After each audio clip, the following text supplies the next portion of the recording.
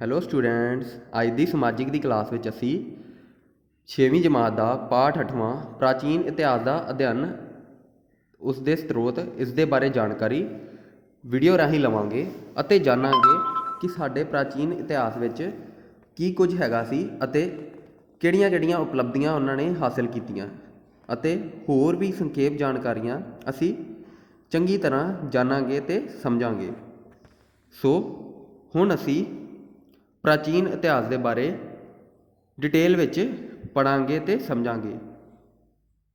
ਇਸ ਦੇ ਵਿੱਚ ਸਾਨੂੰ ਕਈ ਸਰੋਤ, ਕਈ ਇਨਫੋਰਮੇਸ਼ਨਾਂ, ਕਈ ਇਮਾਰਤਾਂ ਬਾਰੇ ਜਾਣਕਾਰੀ ਵੀ ਮਿਲੇਗੀ ਕਿ ਕਿਸ ਤਰੀਕੇ ਨਾਲ ਉਹ ਇਮਾਰਤਾਂ ਬਣੀਆਂ ਅਤੇ ਕਿਹੜੀਆਂ-ਕਿਹੜੀਆਂ ਇਮਾਰਤਾਂ ਕਦੋਂ-ਕਦੋਂ ਬਣਾਈਆਂ ਗਈਆਂ।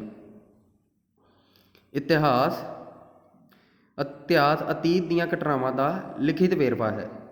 ਜੋ ਵਿਅਕਤੀ ਇਤਿਹਾਸ ਨੂੰ ਲਿਖਦੇ ਹਨ ਉਹਨਾਂ ਨੂੰ ਇਤਿਹਾਸਕਾਰ ਕਿਹਾ ਜਾਂਦਾ ਹੈ।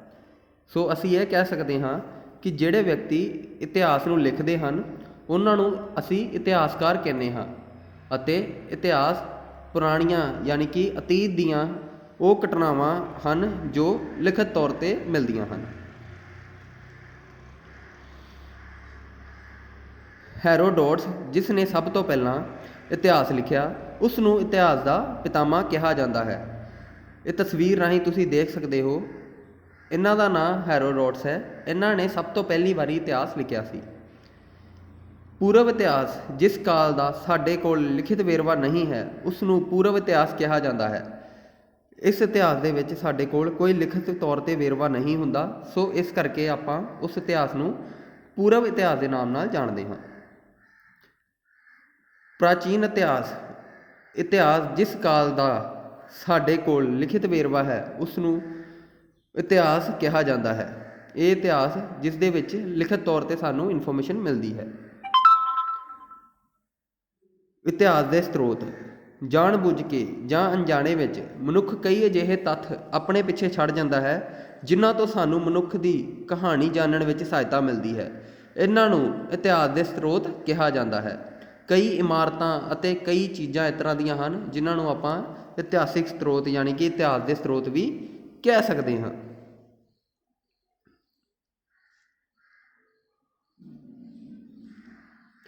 ਸੋ ਸਾਹਿਤਿਕ ਸਰੋਤ ਉਹ ਹੁੰਦੇ ਹਨ ਜਿਨ੍ਹਾਂ ਦਾ ਲਿਖਿਤ ਵੇਰਵਾ ਯਾਨੀ ਕਿ ਕਿਸੇ ਕਿਤਾਬ ਦੇ ਰੂਪ 'ਚ ਜਾਂ ਕਿਸੇ ਕਲਾਕ੍ਰਿਤੀ ਦੇ ਰੂਪ 'ਚ ਮਿਲਦਾ ਹੈ। ਬਹੁਤ ਸਾਰੀਆਂ ਧਾਰਮਿਕ ਪੁਸਤਕਾਂ ਜਿਵੇਂ ਕਿ ਵੇਦ, ਬ੍ਰਾਹਮਣ ਗ੍ਰੰਥ, ਆਰਣਯਕ, ਉਪਨਿਸ਼ਦ, ਸੂਰਤਰ, ਮਹਾਕਾਵਿ, ਰਾਮਾਇਣ, ਮਹਾਭਾਰਤ ਅਤੇ ਪੁਰਾਣ ਨੂੰ ਸਾਹਿਤਕ ਸਰੋਤ ਕਿਹਾ ਜਾਂਦਾ ਹੈ।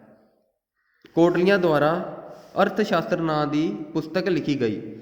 ਇਹ ਕੁਝ ਕਿਤਾਬਾਂ ਅਤੇ ਕੁਝ ਗ੍ਰੰਥ ਹਨ ਜਿਨ੍ਹਾਂ ਨੂੰ ਸਾਹਿਤਕ ਸਰੋਤ ਦੇ ਨਾਮ ਨਾਲ ਜਾਣਿਆ ਜਾਂਦਾ ਹੈ। ਪੁਰਾਤੱਤਵ ਸਰੋਤਾਂ ਵਿੱਚ ਪੁਰਾਤਨ ਇਮਾਰਤਾਂ, ਬਰਤਨ, ਰੋਜ਼ਾਨਾ ਵਰਤੋਂ ਵਿੱਚ ਆਉਣ ਵਾਲੀਆਂ ਵਸਤਾਂ, ਸਿੱਕੇ ਅਤੇ ਪ੍ਰਾਚੀਨ ਅਭਿਲੇਖ ਸ਼ਾਮਿਲ ਹਨ। ਇਹਨਾਂ ਤੋਂ ਉਸ ਸਮੇਂ ਦੇ ਲੋਕਾਂ ਦੇ ਜੀਵਨ ਸ਼ੈਲੀ ਬਾਰੇ ਪਤਾ ਲੱਗਦਾ ਹੈ। ਪੁਰਾਤੱਤਵ ਵਿਗਿਆਨੀ, ਜੋ ਵਿਅਕਤੀ ਪੁਰਾਤੱਤਵ ਸਰੋਤਾਂ ਦਾ ਅਧਿਐਨ ਕਰਦਾ ਹੈ, ਉਸ ਨੂੰ ਪੁਰਾਤੱਤਵ ਵਿਗਿਆਨੀ ਕਿਹਾ ਜਾਂਦਾ ਹੈ। ਸੋ ਇਹ ਕੁਝ ਤਸਵੀਰਾਂ ਨੇ ਪੁਰਾਣੇ ਇਮਾਰਤਾਂ, ਪੁਰਾਣੇ ਬਰਤਨ ਅਤੇ ਪੁਰਾਣੇ ਸਿੱਕਿਆਂ ਦੀਆਂ। ਪੁਰਾਤੱਤਵ ਸਰੋਤ ਵਿੱਚ ਸਿੱਕੇ ਵੀ ਸ਼ਾਮਿਲ ਹਨ। ਪ੍ਰਾਚੀਨ ਕਾਲ ਵਿੱਚ ਕਲੀ, ਤਾਂਬੇ, ਕਾਂਸੇ, ਚਾਂਦੀ ਅਤੇ ਸੋਨੇ ਆਦਿ ਦੇ ਸਿੱਕੇ ਬਣਾਏ ਜਾਂਦੇ ਸਨ। ਇਹਨਾਂ ਤੋਂ ਸਾਨੂੰ ਪ੍ਰਾਚੀਨ ਰਾਜਿਆਂ, ਉਹਨਾਂ ਦੇ ਵੰਸ਼, ਪ੍ਰਾਚੀਨ ਕਾਲ ਦੇ ਧਾਰਮਿਕ ਵਿਸ਼ਵਾਸਾਂ ਆਦਿ ਬਾਰੇ ਜਾਣਕਾਰੀ ਮਿਲਦੀ ਹੈ। ਸਿੱਕਿਆਂ ਦੇ ਅਧਿਐਨ ਨੂੰ ਸਿੱਕਿਆਂ ਦੀ ਵਿੱਦਿਆ ਕਿਹਾ ਜਾਂਦਾ ਹੈ।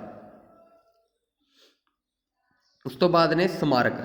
ਆਪਣੇ ਦੇਸ਼ ਦੇ ਵੱਖ-ਵੱਖ ਭਾਗਾਂ ਵਿੱਚ ਅਸੀਂ ਸਤੰਭ, ਕਿਲ੍ਹੇ ਅਤੇ ਮਹਿਲ ਵੇਖ ਸਕਦੇ ਹਾਂ ਜੋ ਹਜ਼ਾਰਾਂ ਸਾਲ ਪਹਿਲੇ ਬਣਾਏ ਗਏ ਸਨ, ਜਿਨ੍ਹਾਂ ਨੂੰ ਸਮਾਰਕ ਕਿਹਾ ਜਾਂਦਾ ਹੈ, ਜਿਵੇਂ ਸਾਂਚੀ ਦਾ ਸਤੂਪ, ਅਸ਼ੋਕ ਦੇ ਸਤੰਭ ਅਤੇ ਨਾਲੰਦਾ ਯੂਨੀਵਰਸਿਟੀ ਆਦਿ। ਸੋ ਇਹ ਸਾਰੀਆਂ ਇਮਾਰਤਾਂ ਬਹੁਤ ਹੀ ਪ੍ਰਾਚੀਨ ਨੇ, ਬਹੁਤ ਹਜ਼ਾਰਾਂ ਸਾਲਾਂ ਤੋਂ ਬਣੀਆਂ ਹੋਈਆਂ ਨੇ, ਜੋ ਕਿ ਅੱਜ ਵੀ ਮੌਜੂਦ ਹਨ, ਜਿਨ੍ਹਾਂ ਤੋਂ ਸਾਨੂੰ ਪ੍ਰਾਚੀਨ ਇਮਾਰਤਾਂ ਦੇ ਜਾਂ ਸਮਾਰਕਾਂ ਦੇ ਸਰੋਤ ਪਤਾ ਲੱਗਦੇ ਹਨ। ਸ਼ਿਲਾਲੇਖ, ਪੱਥਰ 'ਤੇ ਸਤੰਭ, ਚਟਾਨਾਂ ਅਤੇ ਤਾਂਬੇ ਦੀਆਂ ਪਲੇਟਾਂ ਮਿੱਟੀ ਦੀਆਂ ਤਖਤੀਆਂ ਅਤੇ ਮੰਦਰਾਂ ਦੀਆਂ ਕੰਧਾਂ ਉੱਤੇ ਲਿਖੇ ਸ਼ਿਲਾਲੇਖ ਇਤਿਹਾਸ ਦੇ ਮਹੱਤਵਪੂਰਨ ਸਰੋਤ ਹਨ। ਸ਼ਿਲਾਲੇਖਾਂ ਦੇ ਅਧਿਐਨ ਨੂੰ ਪੂਰਾ ਲੇਖ ਵਿਦਿਆ ਕਿਹਾ ਜਾਂਦਾ ਹੈ।